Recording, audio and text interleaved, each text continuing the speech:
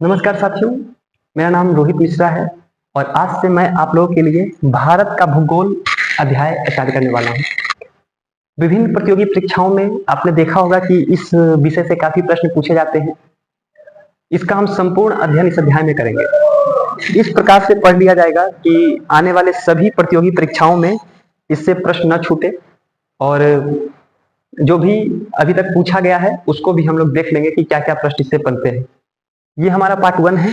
आप लोग का अगर सहयोग रहा तो पार्ट 2 पार्ट 3 करके 70-80 वीडियो में हम पूरे भारत भूगोल का गहराई से अध्ययन कर लेंगे। आइए समझते हैं कि क्या है भारत का भूगोल। तो सबसे पहले समझिए कि भारत का स्थिति कहाँ है। पूरे के पूरे पृथ्वी पे भारत कहाँ स्थित है।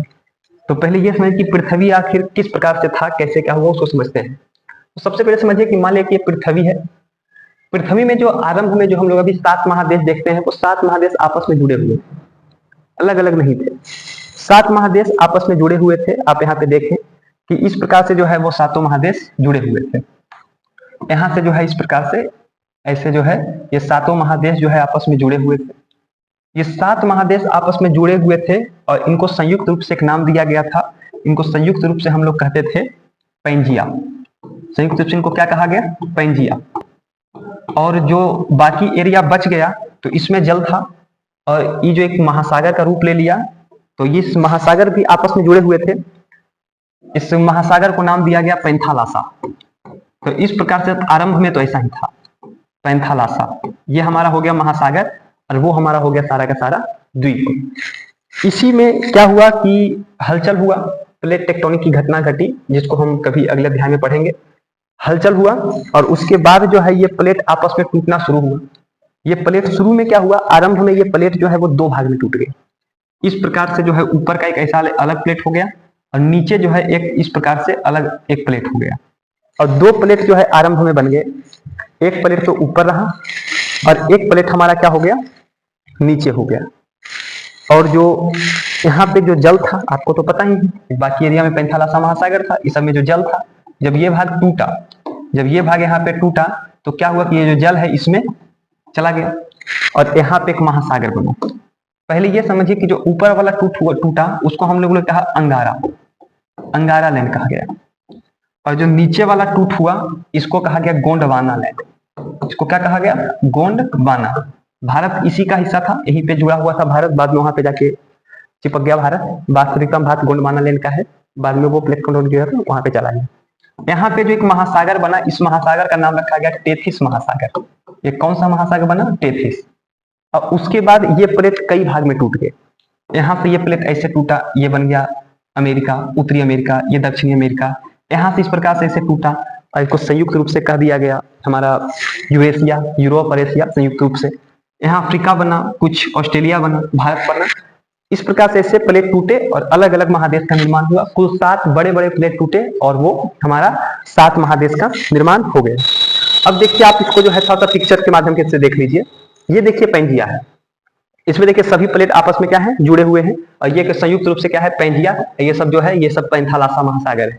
ये देखिए सभी महादेश जो आपस में जुड़े हुए थे धीरे धीरे टूटना शुरू हुए। ये देखिए अलग हुआ, ये अलग हुआ, north America, south America, Australia, Africa. ये हमारा इंडिया देखिए यहाँ से टूट करके वहां पे चला गया और बाद में जो है इस पे जाके यहाँ पे सेट हो जाएगा और इस प्रकार से ये पूरा का पूरा हमारा अभी का वर्तमान का यूरेशिया दिखेगा। इस प्रकार से ऐसे जो है विभाजन की घटना हुई और ये हमारा देखिए वर्तमान में टोटल भारत विश्व इस प्रकार से दिखता है। 7 बड़े बड़े महादेश। भारत देखिए यहाँ पे था, वहां पे जाके चिपक गया। अब देखिए यहाँ पे समझिए कि 7 महादेश हैं, आपको सातों का नाम याद होना चाहिए और केवल याद होने से नहीं, क्रम से याद होना चाहिए, कौन बड़ा है कौन छोटा है, क्षेत्रफल के दृष्टिकोण से, जनसंख्या के दृष्टिकोण से। तो आइए आपको क्षेत्रफल के दृष्टिकोण से बताते हैं कि सबसे बड़ा कौन है। तो सबसे बड़ा तो देखिए यही है हमारा एशिया। ये हमारा सबसे बड़ा महादेश जिसको आप लोग एशिया कहते हैं, ये हमारा फर्स्ट नंबर पे आएगा। सेकेंड नंबर पे देखिए तो ये अफ्रीका है, जिसको ये हमारा अफ्रीका है जो सेकेंड नंबर पे आता है। ठीक है, ये सेकेंड नंबर पोजीशन पे आता है। ये एशिया है जो फर्स्ट नंबर पोजीशन पे आता है। थर्ड नंबर पोजीशन पे ये आता है जिसको आप लोग उत्तरी अमेरिका, उत्तरी अमेरिका के नाम से हम लोग इसे जानते हैं। ये जो है थर्ड नंबर पे आता है। और फोर्थ नंबर पे जस्ट इसके नीचे है जिसको हम लोग दक्षिणी अमेरिका कह देंगे। ये क्या है? दक्षिणी अमेरिका। ये क्या नंबर पे है? फोर्थ। देखिए फिफ्थ नंबर पे ये नीचे वाला जो हिस्सा ये दिख रहा है, उम्मीद करता हूं वहां पे दिख रहा होगा, अंटार्कटिका। यहाँ पे कोई रहता नहीं है, ठीक है, क्योंकि यहाँ ज्यादातर हिस्सा जो है बर्फ से ढका हुआ है। यहाँ पे वैज्ञानिक लोग रिसर्च के लिए जाते हैं। भारत का भी 2 रिसर्च यहाँ पे है, याद रखिएगा, एक मैत्री है, एक गंगोत्री है। भारत का भी यहाँ पे है, रिसर्च सेंटर है, वैज्ञानिक लोग यहाँ पे शोध करते हैं। लेकिन इसका स्थान 5वां है, बहुत बड़ा है, लेकिन मानवीय दशाओं के अनुकूल नहीं है। 6ठा नंबर पे देखिए, एशिया से ही जुड़ा हुआ ये है यूरोप। अब आप लोग को लग रहा होगा कि पता कैसे चलेगा, तो यहाँ पे यूराल पर्वत है, यहाँ पे एक यूराल पर्वत है, जिससे यूराल पर्वत उधर वाला हिस्सा एशिया और इधर वाला हिस्सा यूरोप। जब मैप का लेके आएंगे क्लास तो आपको पूरे अच्छे तरीके से बता देंगे कि कैसे विभाजन किया जाता है। और आप सबसे अंतिम और सबसे छोटा ये ओसेनिया है। वास्तविकता में इसको सब लोग ऑस्ट्रेलिया बोल देते हैं, लेकिन ये ओसेनिया है, हम भी ऑस्ट्रेलिया ही लिख देते हैं। जब मैप का क्लास लाया जाएगा तो विस्तार से बताया जाएगा कि वो ओसेनिया है या ऑस्ट्रेलिया है। ये 7वें नंबर पे आता है, 7वां नंबर पोजीशन ऑस्ट्रेलिया का है। आपको एक क्रम से याद होना चाहिए। ये आप लोग देख रहे होंगे, ये ग्रीनलैंड है। ये कौन सा लैंड है?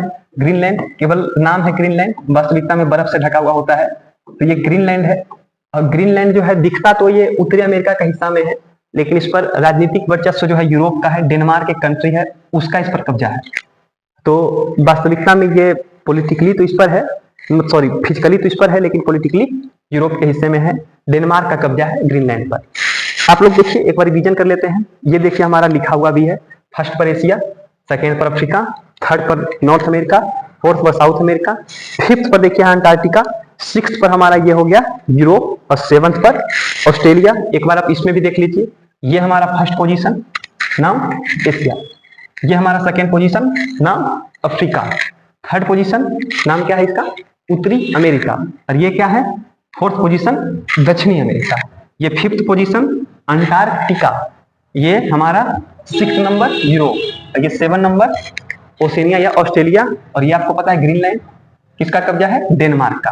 भारत आपको पता है कि देखिए भारत यहाँ पे है, वास्तविकता में भारत यहाँ का नहीं था, ये भारत यहाँ पे सेट था, ठीक है, और उसके बाद यहाँ से गति करके वहां पे गया है। तो ये है, ये सब भी आपको बताया जाएगा कि क्यों गति किया, प्लेट क्यों टूटते हैं, पूरा का पूरा चीज बताया जाएगा। लेकिन आज बेसिक हम लोग देख लेते हैं, उसके बाद आपको सब कुछ बताया भी जाएगा। तो ये देखिए ऐसा है। इसके बाद आइए कि अब हम लोग पढ़ेंगे कि पृथ्वी पर जो है कुछ कुछ रेखाएं खींची गई है, काल्पनिक रेखाएं हैं। तो देखिए समझिए, ये जो है पृथ्वी है, समझिए कि ये जो है बड़ा सा पृथ्वी है, और इस पृथ्वी पर जो है कोई वस्तु कहाँ पे स्थित है, कोई भी क्षेत्र कहाँ स्थित है, उसको जानने में बड़ा समस्या होता था। तो इसीलिए पृथ्वी पर क्या किया गया, कुछ काल्पनिक रेखाएं खींची गई। पृथ्वी पर कुछ काल्पनिक रेखाएं खींची गई। तो कुछ रेखाएं तो इस कदर खींची गई लंबी लंबी, इसको अक्षांश कहा गया। जैसे कुछ रेखाएं यहां से ऐसी खींची गई, इसको जो है अक्षांश कहा गया, ठीक है। और कुछ रेखाएं इस प्रकार से खींची गई, उसको देशांतर कहा गया।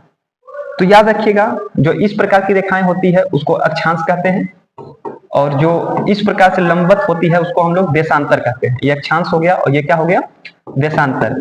इस पर एक पार्टिकुलर क्लास लाया जाएगा, प्रमुख अक्षांश और प्रमुख देशांतर के नाम से। लेकिन अभी समझिए, अब यहाँ पे क्या किया गया कि पृथ्वी के बीचों बीच एक रेखा खींचा गया।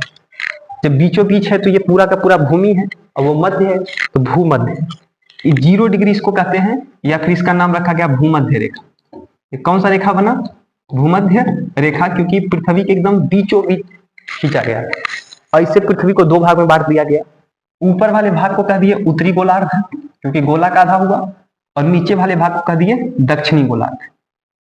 तो भूमध्य रेखा पृथ्वी को 2 भाग में बांटा, एक उत्तरी गोलार्ध, एक दक्षिणी गोलार्ध। इसी प्रकार पृथ्वी पर यहाँ भी एक रेखा खींचा गया। अब यहाँ से यहाँ हो गया 1 डिग्री। वैसे ही जो है रेखाएं खींचती चली गई, और ऊपर जो है यहाँ 90 डिग्री तक हुआ। और उसी प्रकार नीचे भी आया 1 degree, 2 degree, 3 degree, 4 degree, 5 degree, और इस प्रकार जो है नीचे यहाँ तक आया 90 डिग्री, यहाँ तक भी आया। और ऊपर भी इसी प्रकार की रेखाएं खींची गई 1 से लेकर के 90 तक। बीपीएससी ने एक बार प्रश्न पूछा कि पूरी की पूरी पृथ्वी पर कुल अक्षांश की संख्या कितनी है। बीपीएससी ऐसे प्रश्न पूछता रहता है कि कुल अक्षांशों की संख्या कितनी है। आइए देखते हैं कुल अक्षांश हैं कितने वास्तविकता में। तो बीपीएससी पूछा है कि कुल अक्षांश कितनी है। यह प्रश्न 2-3 बार आया है बीपीएससी में, कुल अक्षांश कितनी है। तो देखिए, 1 रेखा, 2 रेखा, 3 रेखा ऐसे करते जाएंगे तो 90 हो जाएगा। तो वहां पे 90 हो गया ऊपर नॉर्थ का, और नीचे आएंगे तो 1, 2, 3, 4 करके यहाँ तक 90 आएगा। तो प्लस कर देते हैं, 90 किसका हो जाएगा? साउथ का, और यहाँ 1 से 90 तक हो गया, वहां 1 से 90, और बीच में एक 0 डिग्री भी हो गया, तो एक रेखा ये भी हो गया 0 डिग्री वाला। टोटल हो गया 90 90 180 और प्लस 1, टोटल रेखा कितना हो गया 181 डिग्री। लेकिन अभी 181 रेखा टोटल हो गया। लेकिन अभी रुकिए, अगर आप इस रेखाओं को खींचते जाएंगे पूरा यहाँ पे खींचते जाएंगे, तो पृथ्वी तो गोल है। जो सबसे ऊपर का जो रेखा होगा, जो 90 डिग्री वाला रेखा होगा, अगर यहाँ पे देखें तो यहाँ पे अगर हम ऐसे ऐसे खींचते जाते हैं तो यहाँ पे एक रेखा नहीं बल्कि सबसे ऊपर वाला जो रेखा होगा एक बिंदु के समान होगा। जैसे अगर यहाँ पे आप रेखाओं को खींचते जाएंगे तो यहाँ पर को जो रेखा होगा एक बिंदु के समान होगा। तो जो 90 डिग्री वाली रेखा है वो रेखा थोड़ी है, वो तो एक बिंदु है। तो एक यहाँ पे बिंदु होगा, एक यहाँ पे बिंदु होगा, तो इन दो को घटाना पड़ेगा। तो 181 में से 2 को घटा दीजिए, 90 डिग्री नॉर्थ और 90 डिग्री साउथ, इसको घटा देंगे तो टोटल रेखा 179। और बीपीएससी ने इसी उत्तर को सही भी माना, हालांकि वास्तविकता में 181 भी हो सकता है, लेकिन बीपीएससी ने इसी उत्तर को सही माना 179। तो टोटल हमारा अक्षांश कितना हो गया 179। तो आशा करते हैं कि आप समझ गए होंगे। अब देखिए यहाँ पे क्या है कि इस प्रकार से हमारा जो पृथ्वी है, ये पृथ्वी ऐसा है, इस पर काल्पनिक रेखाएं खींची गई है। अब आइए थोड़ा सा इस पर और विस्तार से हम देखते हैं। ये हमारा 0 डिग्री हो गया, जिसको आप लोग ने नाम दिया भूमध्य रेखा, हम लोगों ने नाम दिया भूमध्य रेखा, इक्वेटर। इसका नाम क्या है, इक्वेटर, भूमध्य रेखा। उसके बाद एक रेखा और जो है यहाँ पे है 23.5 डिग्री पे, और एक रेखा नीचे भी है 23.5 डिग्री पे। जो ऊपर की रेखाएं हैं 23.5 डिग्री नॉर्थ, इसको कहा गया कर्क रेखा। जो नीचे की रेखाएं हैं 23.5 डिग्री, इसको कहा गया है साउथ में मकर रेखा। अब आपको लग रहा होगा कि 23.5 पर ही क्यों इसको इतना महत्व दिया गया। तो देखिए कि हमारा जो ये है यहाँ पे सूर्य है, यहाँ पे समझिए कि ये आपका एक सूर्य है, ये सूर्य है यहाँ पे, और ये सूर्य जो है यहाँ पे सूर्य का प्रकाश जो है, समझिए कि ये सूर्य है, यहाँ पे लिख देते हैं सन। ये समझिए कि सूर्य है, और सूर्य का जो प्रकाश है यहाँ से आता है। सूर्य जो है इसका प्रकाश यहाँ तक और इसका प्रकाश यहाँ तक, यानी कि सूर्य का जो प्रकाश है अगर हम देखें तो लंबवत जो है सूर्य का प्रकाश जो है यहाँ से लेकर के यहाँ तक ही पड़ता है। इतने एरिया में ही सूर्य का प्रकाश क्या होता है, लंबवत पड़ता है। इतना ही एरिया में सूर्य का प्रकाश, इतना ही एरिया में लंबवत पड़ता है। और सूर्य जो है गति करते रहता है, हालांकि पृथ्वी गति करती है। सूर्य जो है इस रेखा से ऊपर नहीं जाता, न ही इस रेखा से नीचे आता है। सूर्य जो है इतना पर ही गति करते रहता है। तो 23.5 डिग्री कर्क और 23.5 डिग्री मकर ऐसा रखा गया है। अगर आप 0 और यहाँ पे अगर यहाँ पे खींचे तो ये 1 डिग्री का रेखा होगा, 1 डिग्री नॉर्थ, और यहाँ पे अगर खींचे तो ये 1 डिग्री साउथ। आपको बता दें कि दो अक्षांशों के बीच का जो दूरी होता है लगभग 111 किलोमीटर होता है। अगर आप 0 से 1 के बीच चले गए, 0 से अगर 1 पे चले आए तो आप हो गए 111 किलोमीटर चले, 2 पे चले गए तो फिर 222। वैसे ही एक रेखा को अगर पार करते हैं तो वो 111 किलोमीटर के बराबर है। तो इससे हम गणना कर सकते हैं आसानी से। अब मान लिया कि कोई देश यहाँ पे स्थित है और यहाँ पे 15 डिग्री का रेखा गया है, यहाँ पे 20 डिग्री का रेखा गया है, तो हम कह सकते हैं कि जो ए देश है, मान लीजिए देश का नाम ए है, जो ए देश है वो 15 और 20 डिग्री के बीच में स्थित है, 15 से 20 के बीच है, 15 डिग्री नॉर्थ से लेकर के 20 डिग्री नॉर्थ तक स्थित है। तो अब आप समझ पा रहे होंगे कि क्यों इन रेखा को खींचा गया। वास्तविकता में है नहीं रेखा है, इनको काल्पनिक रूप से खींचा गया है ताकि अध्ययन के रूप में आसानी हो। मान लीजिए कोई यहाँ पे स्थित है देश, जैसे ऑस्ट्रेलिया है मान लीजिए, और यहाँ पे एक रेखा मान लीजिए गया है ये 45 डिग्री या 60 डिग्री गया है, और यहाँ तक 65 डिग्री गया है। तो हम कह सकते हैं कि ऑस्ट्रेलिया जो है 60 से 65 के बीच स्थित है। वास्तविकता में नहीं है, ये आपको समझाने के लिए हम बोल रहे हैं कि यहाँ से यहाँ तक स्थित है। तो अब हम देखेंगे कि भारत का स्थिति यहाँ पे कहाँ है। क्या भारत यहाँ पे है, क्या भारत यहाँ पे है, क्या भारत यहाँ पे है, क्या भारत यहाँ पे है। इसको अब देखें कि भारत वास्तविकता में हमारा कहाँ पे स्थित है। तो आइए देखते हैं। पहले ये समझ लिए कि हमारा जो है 2 गोलार्ध होता है, ये तो आपको पता चल गया कि अगर जो है इस प्रकार से कोई है, ये हमारा पूरा का पूरा हिस्सा है पृथ्वी का, और इसके बीच में एक रेखा खींचा गया है। आपको इस रेखा का नाम जरूर याद होगा, भूमध्य रेखा 0 डिग्री। इसके ऊपर वाले क्षेत्र को हम लोग क्या कहते हैं, इसके अगर जो ऊपर वाले क्षेत्र की बात करें तो ये हमारा क्या हो गया, उत्तरी गोलार्ध, और इसके नीचे वाले क्षेत्र का बात करें तो ये हमारा क्या हो गया, दक्षिणी गोलार्ध। हम यहाँ पे लिख देते हैं कि ये क्या है, उत्तरी गोलार्ध, और ये क्या है हमारा दक्षिणी गोलार्ध। और जो है इसको अगर हम और भी तोड़े तो इसको अध्ययन के दृष्टिकोण से और भी तोड़ा गया है। इसके बीच में क्या किया कि बीच में एक और लाइन खींचा गया है, इसके बीच में एक और लाइन खींच दिया गया है यहाँ से इस प्रकार से, और एक लाइन मान ली कि ये भी खींचा गया और एक लाइन यहाँ से ऐसे खींचा गया। अब हुआ क्या कि इधर वाला जो हिस्सा हुआ, जो यहाँ से लेकर के यहाँ तक हिस्सा हुआ और यहाँ से लेकर यहाँ हिस्सा हुआ, इसको भी दो भाग में बांट दिया गया। ये हमारा हो गया पूर्वी गोलार्ध और ये हो गया हमारा पश्चिमी गोलार्ध। यानी कि पृथ्वी जो है उत्तरी गोलार्ध और दक्षिणी गोलार्ध, इधर वाला हिस्सा पूर्वी गोलार्ध, यानी कि ये सब जो आप देख रहे हैं ये सारा हिस्सा क्या है, पूर्वी गोलार्ध। ये वाला हिस्सा क्या है, सॉरी ये पश्चिमी है, और ये वाला हिस्सा क्या है, पूर्वी गोलार्ध है। लेकिन देखिए अगर हम यहाँ पे इसको ऐसे रखें तो आपको तो पता है कि बीच में एक और रेखा है, यहाँ पे एक बीच में मान लीजिए एक और रेखा बना ही दिया जाए, ये हमारा रेखा हो गया, ठीक है। इस रेखा ये हमारा पूरा एरिया क्या हो गया, पश्चिमी गोलार्ध, और इस एरिया का नाम क्या हो गया, पूर्वी गोलार्ध। अब बताइए इसका क्या नाम होगा, तो ये उत्तर में है और पूरब में है, अर्थात इस गोलार्ध का नाम क्या होगा, उत्तरी पूर्वी गोलार्ध। इसका नाम क्या होगा, उत्तरी पूर्वी गोलार्ध। इसका क्या नाम होगा, तो ये दक्षिण में है और पूरब में है, तो इसका नाम क्या हो गया, दक्षिणी पूर्वी गोलार्ध। अब ये वाला एरिया क्या है, तो दक्षिण में है और पश्चिम में है, अर्थात ये हो गया हमारा दक्षिणी पश्चिमी गोलार्ध। और ये वाला एरिया उत्तर में है, क्योंकि ये पूरा एरिया क्या है, उत्तर, ये पूरा एरिया क्या है, दक्षिण। ये हो गया उत्तर में और पश्चिम में, इसको कह देंगे उत्तर पश्चिमी गोलार्ध। अब आप बढ़िया से समझना है कि भारत वास्तविकता में कहाँ स्थित है। ये देखिए ये हमारा हो गया उत्तरी गोलार्ध, ये हो गया दक्षिणी गोलार्ध, इसको बांटा गया है उत्तरी गोलार्ध दक्षिणी गोलार्ध। इधर का हिस्सा जो हो क्या हो गया, पश्चिमी, इधर का हो गया पूर्वी। ये आपको समझाने के लिए हम यहाँ पे सेट कर दिए थे। अब यहाँ पे देखिए चार भाग में ये भी बांटा गया है, बीच में एक रेखा गया है देशांतर, इसको 0 डिग्री देशांतर कहते हैं। ये हमारा उत्तरी गोलार्ध, दक्षिणी गोलार्ध, पश्चिमी गोलार्ध, पूर्वी गोलार्ध। इस एरिया का नाम क्या हो गया, उत्तरी पूर्वी गोलार्ध। हमको इसी पर फोकस करना है। अब आते हैं देखते हैं भारत की स्थिति क्या है। तो अगर हम वास्तविकता में आपको बताएं, देखिए इस प्रकार से पृथ्वी, ये समझिए कि गोल सा पृथ्वी, ये हिस्सा यहाँ पे, ये हिस्सा यहाँ पे, हमारा भारत स्थित है यहाँ पे, भारत यहाँ पे स्थित है। अर्थात भारत कहाँ पे हो गया, तो भारत जो है उत्तरी पूर्वी गोलार्ध में स्थित है।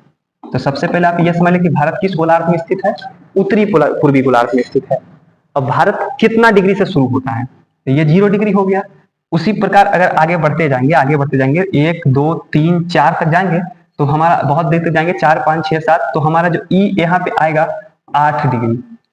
4 मिनट से हमारा क्या होगा, भारत शुरू होगा। यानी भारत शुरू कहाँ से होगा, 8 डिग्री 4 मिनट से। 0 डिग्री यहाँ पे है और ऊपर जाते रहिएगा, 8 रेखा पार कीजिएगा और थोड़ा सा चलिएगा 4 मिनट, तो हमारा हो जाएगा भारत। और ऊपर कहाँ जाइएगा, तो ऊपर चलते रहिए 9 10 11 12 13 14, इसे 37 डिग्री 6 मिनट तक। अर्थात हम कह सकते हैं कि भारत नीचे शुरू हो रहा है 8 डिग्री 4 मिनट से। भारत का शुरुआत नीचे कहाँ से हो रहा है, मान लीजिए कि ये हमारा अगर भारत है, ये मान लीजिए कि टूटा फूटा हम भारत बना देते हैं, उतना बेहतरीन तो भारत हम ये समझिए कि ये हमारा क्या हो गया, भारत है, ये श्रीलंका हो गया। तो भारत का जो शुरुआत है वो नीचे यहाँ से 8 डिग्री 4 मिनट से भारत का शुरुआत हुआ नॉर्थ, और ऊपर जो है 37 डिग्री 6 मिनट तक भारत गया। अब यहाँ कितना है, ये रेखा कहाँ पे है, यहाँ पे क्या है भारत का, ये भी जान लें। तो ये एरिया, हाँ ये एरिया, और ये यहाँ पे क्या है, तो भारत का शुरुआत जो है इधर से है 68 डिग्री 7 मिनट, और वहां कितना है 97 डिग्री 25 मिनट। तो अगर जो है देखा जाए कि भारत का अक्षांशीय और देशांतरीय विस्तार कितना है, तो भारत नीचे 8 डिग्री 4 मिनट से शुरू हुआ और ऊपर 37 डिग्री 6 मिनट नॉर्थ तक गया। और भारत शुरुआत इधर जो है पूरब से 68 डिग्री 7 मिनट से शुरू किया और 97 डिग्री 25 मिनट तक गया। ये भारत का अक्षांशीय और देशांतरीय विस्तार है। अगर आप देखेंगे कि भारत का यहां से लेकर के यहां तक लंबाई, इसका लंबाई 3214 किलोमीटर है। यानी भारत का उत्तर से लेकर के दक्षिण तक का लंबाई कितना है, 3214 किलोमीटर। और पूरब से लेकर के पश्चिम तक देखिए तो इसका लंबाई है 2933 किलोमीटर। तो अगर हम इसको अगर समराइज करें तो ये समझिए कि ये मान लीजिए कि भारत है, ये भारत का नॉर्थ है, ये साउथ है, और ये जो है ईस्ट है, और ये वेस्ट है। भारत यहां से शुरू होगा नीचे से 8 डिग्री 4 मिनट। इसको देखिए लिखने के लिए इसे याद कीजिए, यहां लिख दिए 4, यहाँ 5, यहाँ 6 और यहाँ 7। ये हमारा हो गया, अभी हो गया 8 डिग्री 4 मिनट, ठीक है, यहाँ हो गया 37 डिग्री 6, ठीक है।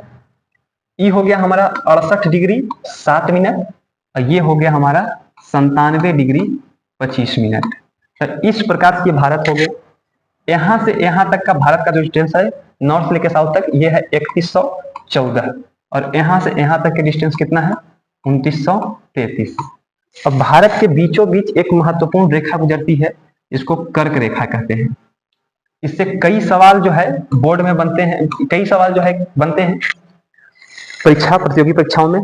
तो इसको हम लोग जो है अगला लेक्चर में देखेंगे कि कर्क रेखा पे कौन कौन राज्य पड़ते हैं। केवल ये राज्य याद करना इंपॉर्टेंट नहीं है, कर्क रेखा से जुड़े हुए और भी बहुत सारे महत्वपूर्ण पहलू को हम लोग जानेंगे। बहुत बहुत धन्यवाद आप लोगों का साथियों, थैंक यू। अगर आपको ये वीडियो अच्छा लगा है तो कमेंट करें। अगर आपको इस प्रकार का और भी वीडियो चाहिए तो हमें बताएं। धन्यवाद, मिलते हैं एक और बेहतर क्लास के साथ। धन्यवाद।